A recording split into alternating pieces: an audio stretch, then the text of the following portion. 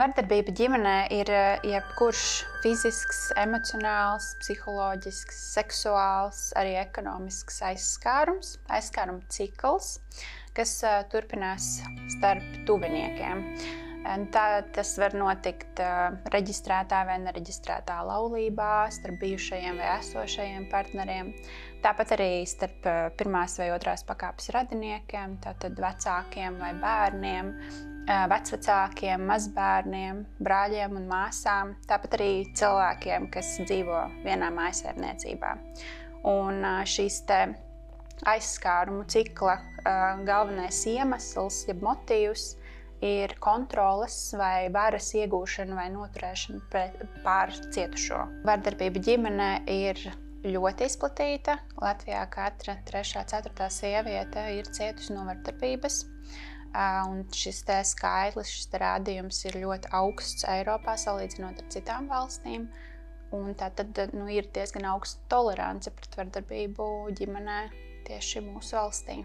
Par vardarbību ģimenē būtu jārunā atsevišķi, jo šī te specifika vardarbībai ģimenē ir tā, ka tā nāk no tuviniekiem, no cilvēkiem, no kuriem patiesībā mēs sagaidām mīlestību un tuvību. Mēs saņemam agresiju, vardarbību, kontroli, draudus, iebiedēšanu. Un šis te process, kā tas notiek starp tuviniekiem, daudz lielākus draudus rada tam, ka par to neziņo, par to ir kauns, ja mums uz ielas kāds izdara pāri vai tas ir nepazīstams cilvēks, mums šķiet loģiski par to ziņot, par to runāt un šķiet loģiski vērsties policijā. Bet ja tas notiek ģimenē, tad ir daudz grūtāk šo te iznest uz āru, jo klāt nāk kauns, vaina un tam līdzīgi procesi, kas liek paturēt to visu iekšienē. Vardarbības ģimenē iemesli ir dažādi, bet lielākoties mēs varam skatīties uz tādiem dzimumu stereotipiem, uz dzimumu lomām, kādas ir aktuālas vai pieņemtas sabiedrībā.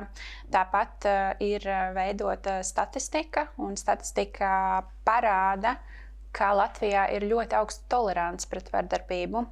Un tā skaitā arī upura vainošana.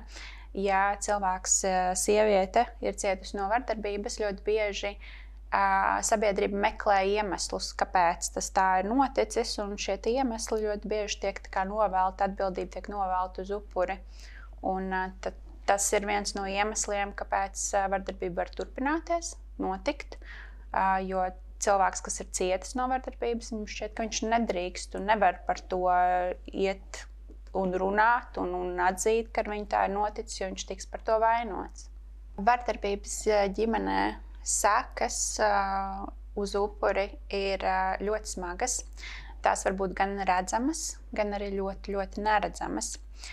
Fiziskas vardarbības gadījumā bieži mēs varam novērot zilumus, pārdarījumus, kas atrodas fiziski, ir acīm redzami, taču psiholoģiskas vai seksuālas vardarbības gadījumā ļoti bieži mēs šīs sekas neredzam. Sieviete var ciest iekšēji, un mēs no ārpuses redzam mīlošu sievu, paklausīgu, publiski netiek nekas iztirzāts, jo sievietei ir bail. Sekas ir ilgstošas.